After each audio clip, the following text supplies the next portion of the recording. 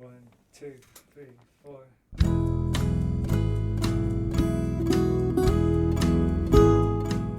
Hello, you're listening to the Skylight Books podcast series. We are a general interest independent bookstore located in the Los Feliz neighborhood of Los Angeles, California. This year, because of the coronavirus pandemic, we've had to close our store and cancel in-person events. But Skylight is your neighborhood bookstore, and we are finding ways to create community even while we're far apart. In the coming weeks, we'll be putting out lots of new audio content to help you discover new books, connect with authors, and check in with your favorite booksellers. To learn more about how you can help keep Skylight alive, please visit our website at skylightbooks.com or check out our social media accounts on Twitter and Instagram.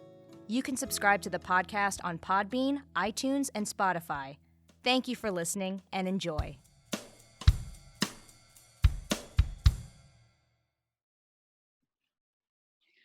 Hello, everyone. Welcome to the latest episode of Skylit Books podcast series, where we bring you all our favorite authors from the comfort of their homes to your headphones. Today, we're really excited. We have a conversation for you. We are hosting Tess Taylor in conversation with Stephanie Danler. It's going to be a great chat. You're going to get to hear some poetry. So can't wait to get started. But first, I'll introduce myself. I'm Maddie Gobbo, the events manager here at Skylight Books in Los Angeles. You know me. I'm on all the episodes. And today, our guests are Stephanie Danler. Stephanie Danler is a novelist, memoirist, and screenwriter based in Los Angeles, California. Her memoir, Stray, just came out from Knopf, so get a copy of that if you can. And Tess Taylor is the author of 5 collections of poetry. Her second book, Work and Days, was hailed as Our Moments Georgic by critic Stephanie Burt and named one of the 10 best books of poetry of 2016. She served as poetry critic for NPR's All Things Considered for over a decade.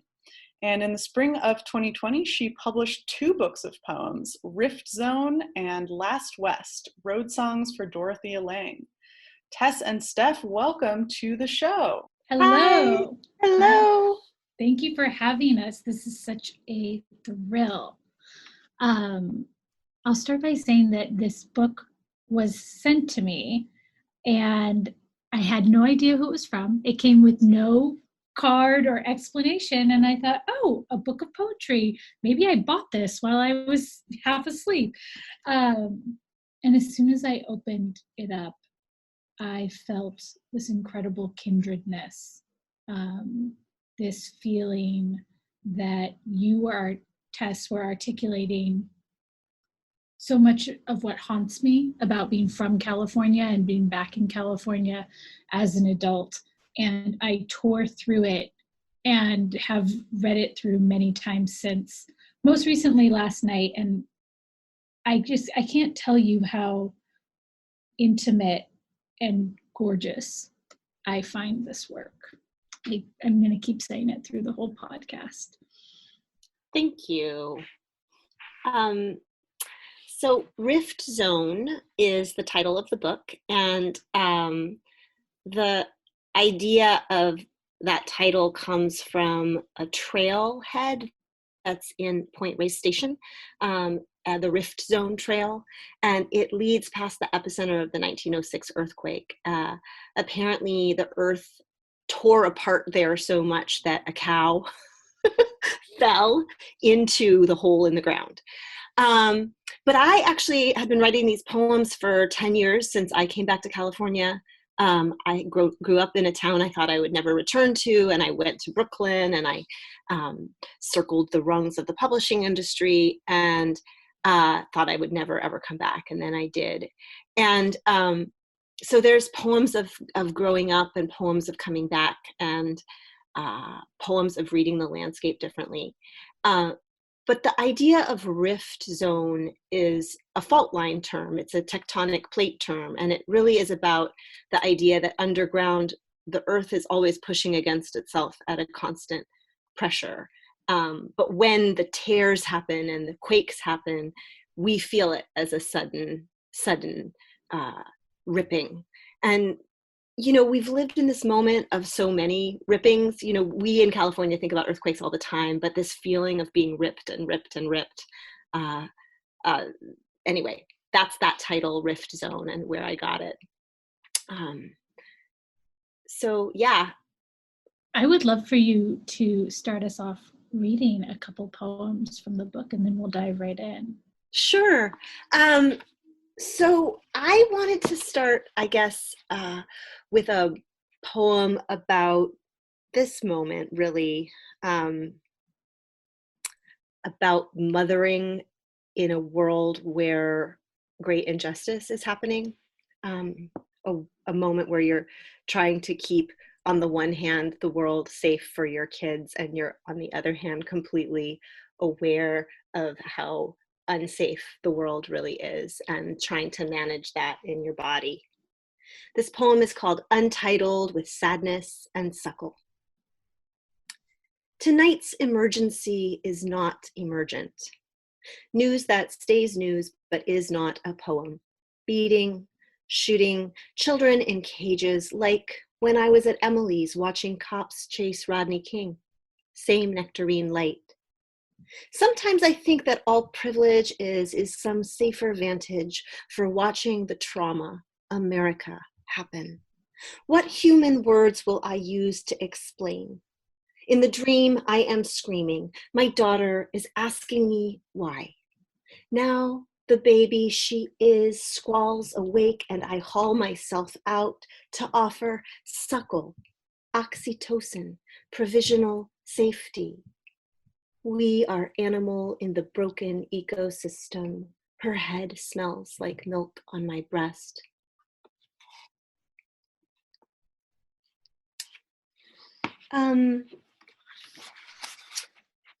One of the things that's interesting about growing up here and coming back is that sometimes you realize that you're perched on a history that no one articulated to you. That the violence under the skin of California is very profound. And, Joan Didion has this beautiful trope of some dreamers in the Golden Land, as if California is this place of amnesia where people kind of relocate to forget themselves. And it's kind of lemon trees and new suburbs and forgetfulness, really. But under the skin, there is a lot of violence that has made this place, that forgetfulness, possible, and made this place possible. So anyway, the little suburb that I returned to is, on one hand, really boring on a certain way, certain kind of vantage. And on another hand, under it is, Ohlone, Spanish, Mexican land grants, and then Japanese internment. So this poem is about visiting one of the houses that remains from that era. In fact, it did remain, and it was just recently torn down. If you were watching me read this, there would be some words that were struck through, and I would do a little gesture with my hand to show you that the word was there and not there at the same time. But I guess you'll just have to listen to my voice, because we are on a podcast, which is such a great form that I love. This poem is called Raw Notes for a Poem Not Yet Written, San Pablo Avenue, El Cerrito, California. I walk by the Japanese ruins, gated behind cracked pavement lot, where the bare hills, a riot of poppies, frame little wild lupin, geranium, hothouse thorns.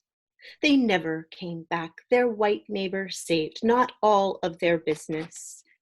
In the windows, torn rice paper, half a Shinto shrine, 60 years later, toppled, where they were taken, last of those buildings, down in, oh, my town. We perch on what was done here. My best friend's grandmother, my first boyfriend's grandmother, I knew it later, they never spoke of it to me. Whiskey crates and damp mold of abandoned places. Coyote bush rattles, seems to be asking, who will they take next? When are they coming? I'm going to read 2 more poems, and then I think we can talk. But I did at this moment just want to read a poem to all the people that are out marching, because that is very brave right now. And I will be among them soon. Once again at Nonviolence Training 2017. Because the white supremacists are coming, because the threat, because Charlottesville. And if you don't, who will? And you never know what baton, what chemical we are marching. We plan chants, make signs at church, large assembly bodies, linoleum soup, cardboard and markers and salt fog drifting. We bear forward our fury and sorrow. Estuary, sanctuary, room for our hope lights. Hate is toxic to all living creatures. Shalom, salam, we root our anger, are alive together, must now be shields to one another. And John said, be a witness. We brace one another, plant our feet in fog, promise to stay together. We will not raise our hands. We are not leaving.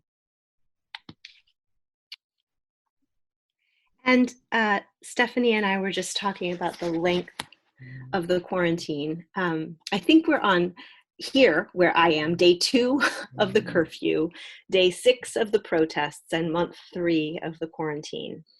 And I just wanted to honor the parents because it's been so wild and so intense to juggle all these needs in a small home and to lose the basic foundation of childcare.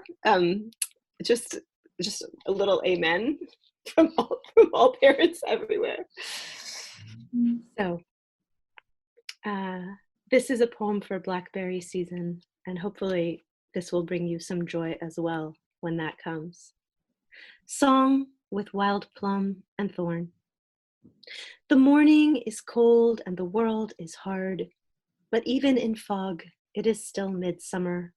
The kids need to play and the grocery budget ticks towards nothing the way the world tips towards doomsday. The walls in my chest will not let me breathe, and all the screens flicker and still answer nothing. So I take the children down to the bike path with buckets, and a few blessed hours wander a corridor of weedy fruit. Blackberry, wild plum, all overhung, we leaners or gleaners, half acrobatic, lost among boughs, alone till I notice others stopping, with buckets or tiffins in many languages, along these tracks picking what weeds we still hold in common as dry heat builds and fog thins. In common, the thought feels strangely radical, crumb or bloom beyond loneliness. For a while I feel entirely animal, little forager, hungry for fruit. Black sparkle, pale pit and thorn, weeds binding some world together. A word appears in my mind. Hold fast, hold fast. Sprout, raw volunteer. For a while it is hand to mouth and to bucket, breathing. Still here, still here.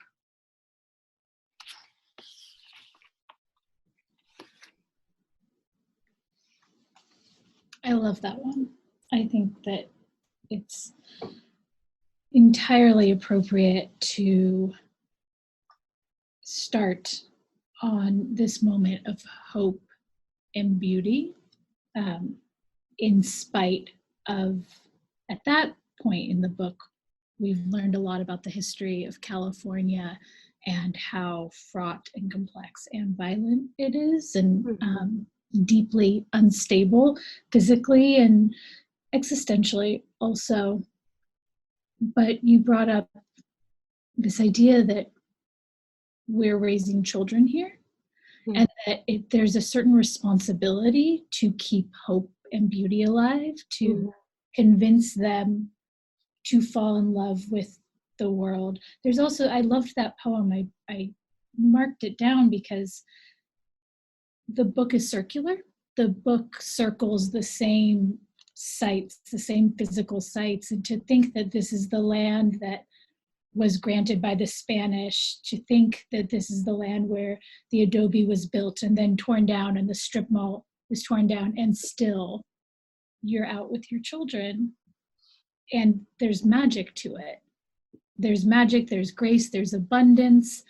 And so I think that the book in general doesn't eschew reality in any way, shape, or form. It is about how complicated it is to be a human, and how complicated it is to carry our privilege and our knowledge and move forward. But moments like those, there's such a sense of optimism. I really love that poem that you just ended with. I'm going to start because I also moved back to California in 2015 after many, many, many years away. And I was in shock at how little I knew about the place I was born. My then boyfriend took me up to, and I'm from Los Angeles, and Tess writes about the Bay Area. The town she's from is called El Cerrito. We'll get to that in a moment. My then boyfriend took me up to the site of Owens Lake, or what was once Owens Lake, and told me a story about how we built Los Angeles by building an aqueduct that siphoned off water from this river, this lake, this entire valley, and we've destroyed it. And I became obsessed with this area of the world. I became obsessed with how Los Angeles was built, the choices that people made to prioritize development over the environment, the way that we've been stealing water for 100 years. And I came to think of it as the kind of original sin of the creation myth of Los Angeles. And while I was reading Rift Zone, I feel like there are so many original sins that you are referencing, but I'm wondering if you can think of one in particular that either started this book or feels so connected to our current moment. Yeah.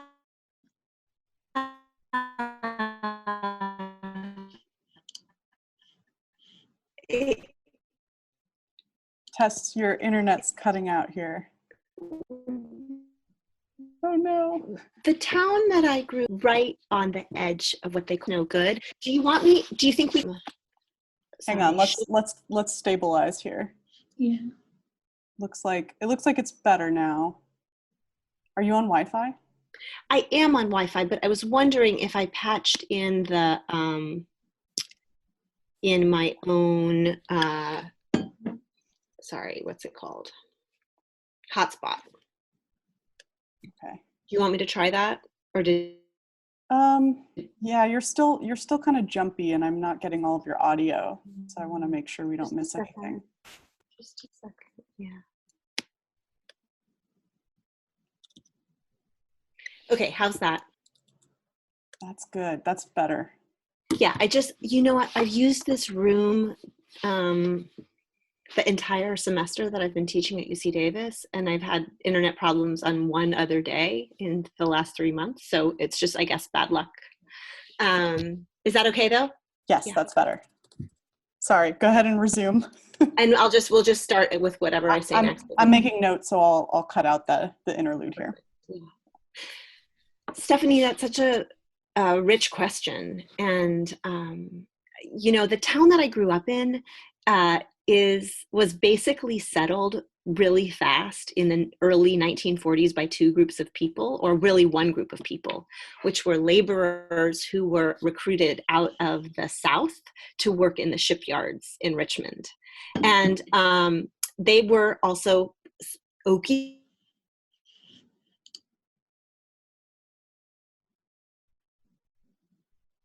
Okay, now we've lost you again. Oh my God. Oh no. Oh no. Can you give me 1 second to see if I can noodle this? Yeah, Let me absolutely. see if there's something else that I can fix about it. Okay, hold on. Will do. I'm gonna pee. Okay. Is that okay with everyone? Yeah, perfect. Yeah. Take a break.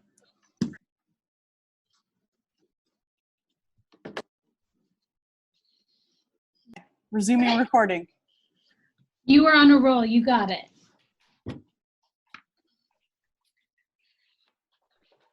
Stephanie, I love that question about the original sin because, of course, we can open the book so many places and put our finger down and we might find something.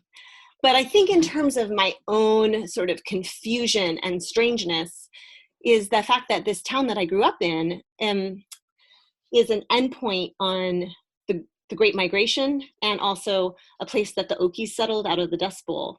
And so it was really settled rapidly by a bunch of people who came in and worked together in the Richmond shipyards. They were recruited out of the South. And they were working together in America's first desegregated workplace with white people, Black people, men, women. And they did it in the 1940s and without really anything but the benefit of having crossed the country. There hadn't been a civil rights movement.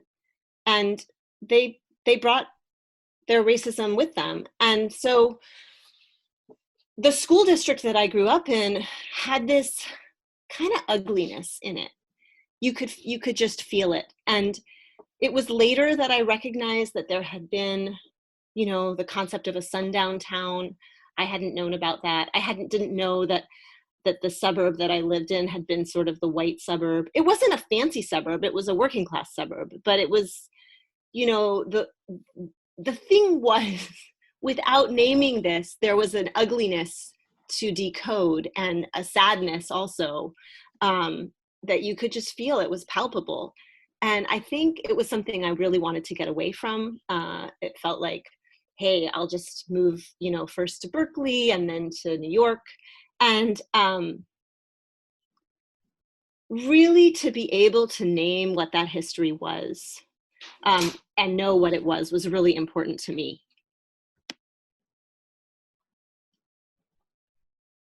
Yeah, I feel that. I feel that as it's almost like you're excavating as you are home. You're trying to pull back layers and move towards some kind of, I guess it's a fundamental truth, or move towards some truth about the place. I do think that what you were saying about this ugliness or darkness or this mystery that you feel that you need to pull apart gets me thinking when I was writing Stray. So I was really obsessed by the idea of the way the psychological landscape colors the physical landscape. How I could drive into El Cerrito, where you live, and not feel that, but that the violence that you talk about and reference, whether it's the earthquake when you're a girl, or a classmate of yours brings a gun into school, or this sort of awareness of a simmering racism or some systemic injustice that you can't put your finger on as a child and you don't quite know how complicit you are. I felt all of that, but that is really a function of being from that place. I think most people go, El Cerrito's next to Berkeley. It's beautiful. It's wealthy. It's Northern California gorgeousness. And so I wonder, so you were trying to dig past this veneer of your town. Is that right? I think digging is a really good word for it. And this notion of sort of taking the soil seriously as a core sample, really, to think, okay, well, I live in this house and the house has a redwood tree in the backyard, and the redwood tree is on a stream that was buried to make the suburb, which is an ecological violence. And then, in the life of this redwood tree, this land has passed hands so many times. It under this very ordinary surface is a land tract that became available partly through Japanese internment, and under that is this strange protracted battle with a kind of a Mexican-American sovereignty in the area, and then beneath that is Spain, is like a piece of Spain that Spain didn't even really care about until, they called it the North too. You were calling it, they called it the North. They didn't even realize what was up here. And they kind of were slow to even show up in the Bay Area. They didn't, as colonially speaking, because they didn't even know there was a bay. And then before that is Ohlone. And so we have this really rich and strange and powerful history.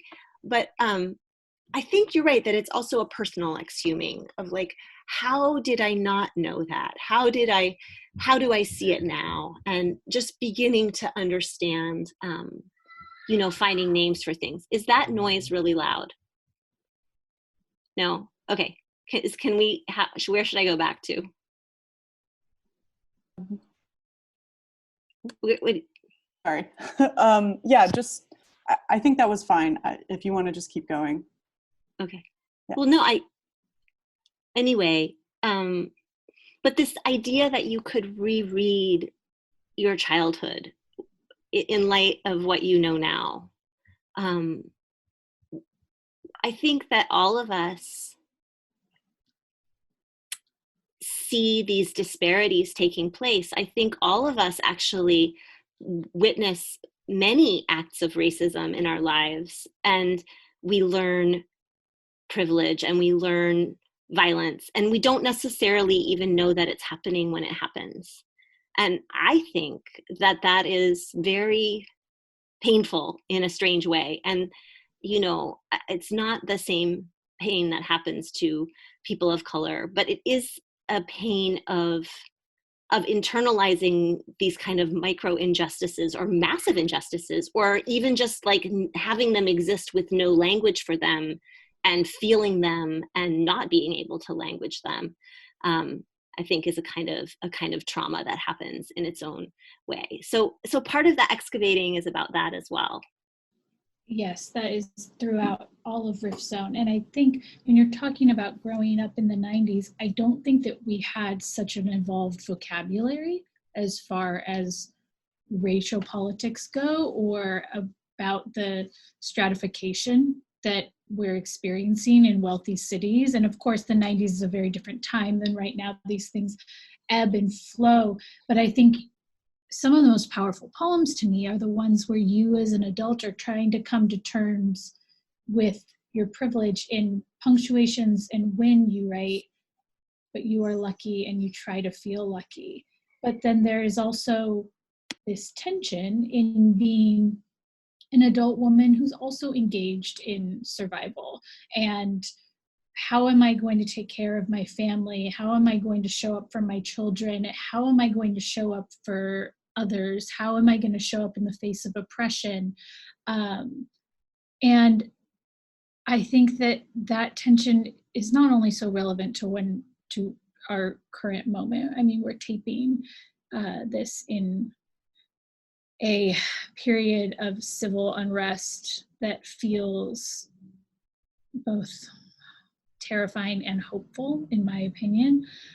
But I wonder what you think, or like how that affects your day-to-day in San Francisco, a place that's often held up as an example of this extreme wealth disparity of I wonder how you feel as a writer trying to navigate this in your city. Right, the economic injustice here is so wild that we can't make a middle class. So Rift Zone, the tearing apart. The census, I think, a couple years ago, they wouldn't make there be one middle point for a median income in the Bay Area, because it would be irresponsible, because there was a peak of poverty and a peak of wealth. There just literally wasn't a middle. And that's really horrifying. And I think that it is really painful in Berkeley because on the one hand, there's so much liberal good feeling, and on another hand, the revolution was never going to be made through expensive cheese. It just wasn't. Like, the revolution of expensive cheese is not an adequate revolution. And I think it is strange because, my friends and my cohort were the children of hippies. Like, nobody paid better lip service than us and our parents. We really tried. And yet somehow what we've built, it hasn't worked yet. And it hasn't benefited everyone. And I think it is really an incredible thing to start to reckon with how can that be? Because I think the people of my upbringing are, 201 really, really well-meaning people. And I've written another book about my own family's past in Virginia, which is a much more explicit history about, being connected to people that were slave owners, and that kind of reckoning and that kind of digging. And that book is called The Forage House, and it was my first book, and it's set in Virginia. So and in that book, while I was living on the East Coast, I often have this beautiful poem about California and how much I want a lemon tree. So it was really funny to come back and think, oh, like I haven't seen a named this work that I just did with my family in Virginia, and this excavation could equally be done here, and actually should equally be done here. And racism is a powerful, octopus, and you can cut off one of its legs, and it has a way of coming back because it's a very deep in the American DNA. And it's, I hope that one of my goals for white people is just to become like low and easy and comfortable learning and talking about dismantling it, and talking about how uncomfortable and awful it feels, not only to other people, but to ourselves, how much we would like to not carry it anymore. I agree completely. Yeah, that everything you're saying has been on my mind the past few weeks. Your poem, Berkeley in the 90s, and I'm sorry if it is called Berkeley in the 90s. I wanted to make sure it didn't have to it.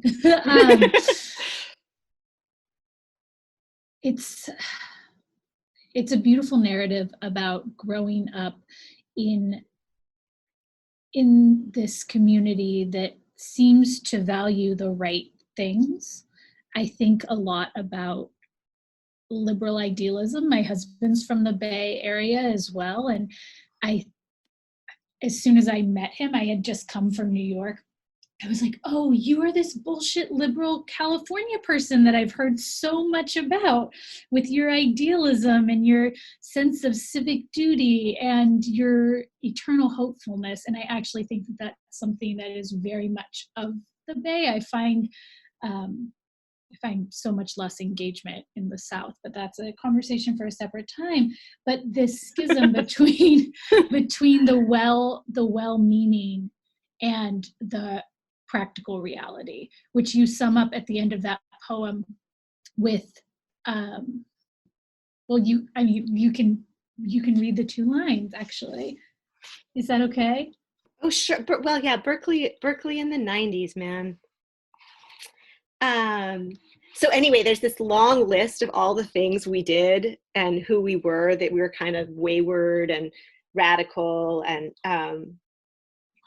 I'll just read the last couple lines so you get a sense of it. We were quick fish who read Gary Snyder in someone's dad's Mendocino cabin. Some of us climbed ferny gullies on winter solstice and got topless, decorated each other in white reindeer lichen, recited the Tao Te Ching, had sex on a cliff. Reindeer lichen was the revolution. Our new breasts in rain were revolution. We craved transcendental revelation, the radical and burning future. We lobbied for condoms in the high school bathrooms, even though the bathrooms needed toilet paper. I love that whole poem. True story. So much of that is youth, right? That is the sort of like beautiful solipsism of being young and coming into your own as an intellectual and as a sexual being.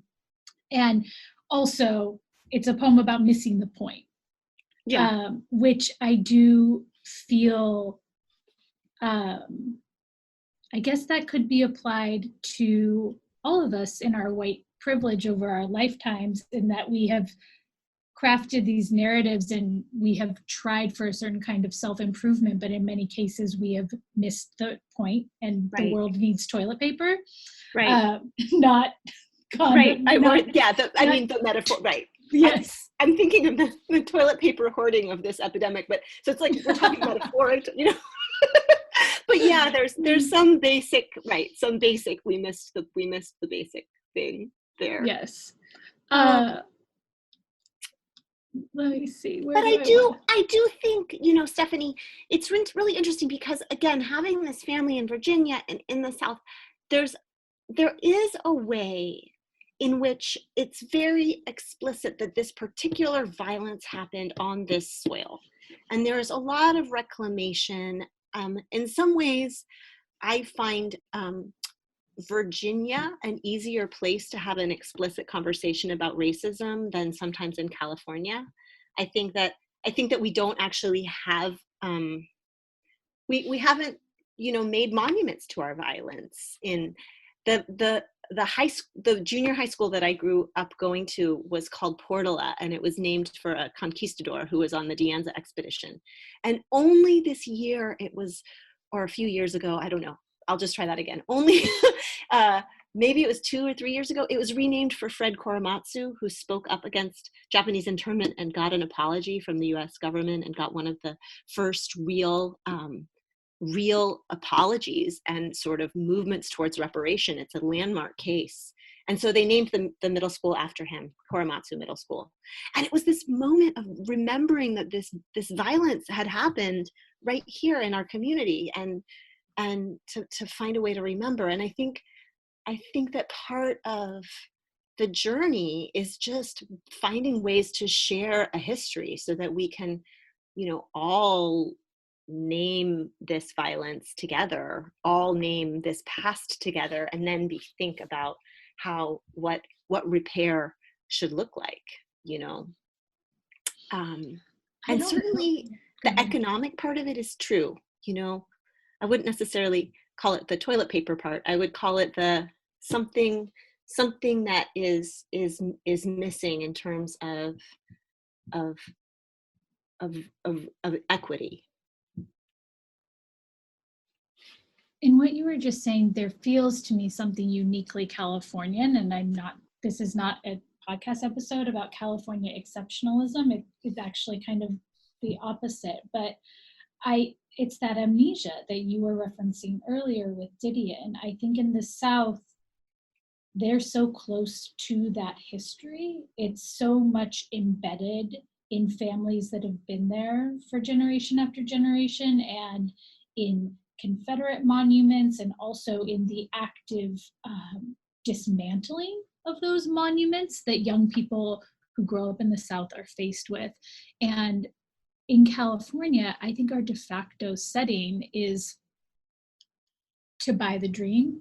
And this might be more true of Southern California, but to sort of take those good intentions and that idealism and that story, that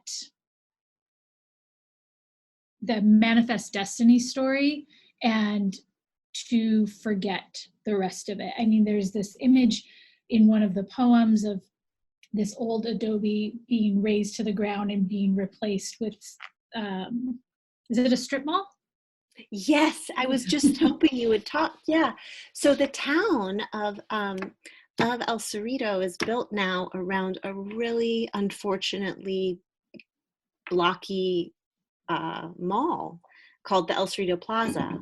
But under the El Cerrito Plaza is the site of a hacienda that was made of adobe, and it was actually an original piece of land grant from Spain. It was somebody, one of the people who came on the De Anza expedition, the Castro family settled there, and they had the entire, I guess, the county, I think, I don't know what their land grant was called, but the streamline was then the next county over was Alameda, was the other land grant. And this building, this very, very beautiful building that had Spanish heritage and Mexican American heritage and was, belonged to this family, was just getting eyed by preservationists to save it. And then it mysteriously burned and overnight sort of became a shopping center. And I've always really, really thought this shopping center was ugly. It's like, it's just... it's just really not. But I think once I discovered that this piece of land that was facing the Golden Gate and had open space and was, a piece of our history and a public monument and could have been something that connected us to our past, had just been paved over to make a, well, when I was a kid, it was Emporium Capwell's, and now it's Ross Dress for Less and an ice cream place and a Trader Joe's. And, I'm not so elitist that I look down at any of those things. It's just that they're sort of blocky and badly sited. And instead of having memory, we just have commerce. And, that's too bad. Recently, on the edge of it, they unburied the stream that they had buried. So that was a small victory for the land. Like, hooray, stream! Wait, I think, did Jenny Odell write about that in How to Do Nothing? Did you ever read that book? I don't know if she wrote about that stream. I love that book. I love that book too. There's an essay towards the end that is about the uncovering of a stream, but it might have been in more of the Palo Alto area. I can't remember. I love that book too. That book actually sits well with Rift Zone. Oh, she's so great. She is so great. And it's really about paying attention in a way that I associate with poets, in the way you do in Rift Zone. But can the average citizen become a better citizen by paying attention to the natural world? These books would go well together for book club, anyone who's listening. One of my daughter was just doing some Instagram art class, during this quarantine. That's been she's one particular person who's really inspired her. And the artist was just calmly talking about drawing birds. And she said, yes, doesn't that feel good? Paying attention is a form of respect. And she just said it quietly, and then she went on describing how to draw birds. But I thought, that's right. That's partly why, what I think poets do hope for is that in gathering attention and turning it towards a thing, we offer some respect. It's not so much that alone heals the injustice or undoes the history, but I think the poem is kind of a monument made of air, and it is for drawing together attention and respect. I love that. That is gorgeous. I think that's a beautiful place to transition into reading one more poem from Tess. What do you guys think? Can I read two more poems that go together from the end of the book? Would that be okay? Yes. Stephanie, I love your writing, and I love that there's this synchronicity of coming back and growing up, and it's been so great to talk to you. I'm grateful right now for the chance to even think about literature in the midst of this crazy, crazy moment. This has been such a treat.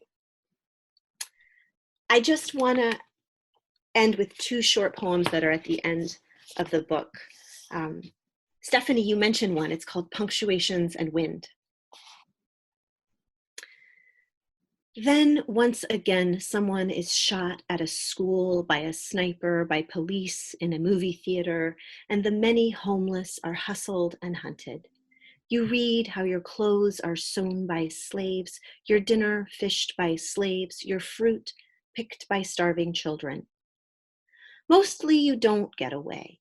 Mostly you raise the children you have, afraid of no health care, of losing the one goodish job you finally got. Mostly you keep your nose to the grindstone. Your heart flails a thick fish in your throat. You have felt for a long time that someone is watching. The administration is eroding your benefits. But you are lucky, so you try to feel lucky. By the numbers, you have always lived in an apartheid state. You look at your child, read reports of the tear gas, text a friend, cry at night. Some days you march when people are marching, some batter windows, some are hit, things are canceled. The year has been dry, even small rain will lead to mudslides. Some nights you wake only to feel yourself for a few minutes grieving or praying and hearing in darkness the old tree tossing and wild. The storm coming. And I just want to say an extra thank you to Skylight Books. I would love to say to people listening to this podcast, thank you for showing up for poetry and for breath. But also, if you love books, buy them, because we are now in the business of supporting the ecosystem that we want to exist when this crisis is over. And Skylight Books is such an exceptional store. I hope that you will go and buy a book for a friend. Buy Stephanie's book. Buy my book if you want, but buy a book. Okay. In Olima, and that's the town I mentioned at the beginning of the podcast with the earthquake and the cow that fell in to basically the tearing apart of the earth. In Olima. February, buckeye unscissor new leaves. Cows pasture, buffleheads paddle, a kestrel perches on a bishop pine. Now, just above us, the mountain's humped spine pushes north to Alaska. Extinct invertebrates ride sea cliffs through time. Even these stones have lost cousins in Mexico. Even this freshet is landmass torn open. Even these rocks are reft from each other. Each shelf pulses onward, a restless swimmer looking for land, though nothing is still. Gray whales swim through ocean explosions along continents forged of cracked dispossession. Sunset today, the ridges grow luminous, sharp air, dark spice, horses exhaling. They stomp on the cold, steaming, visible earth.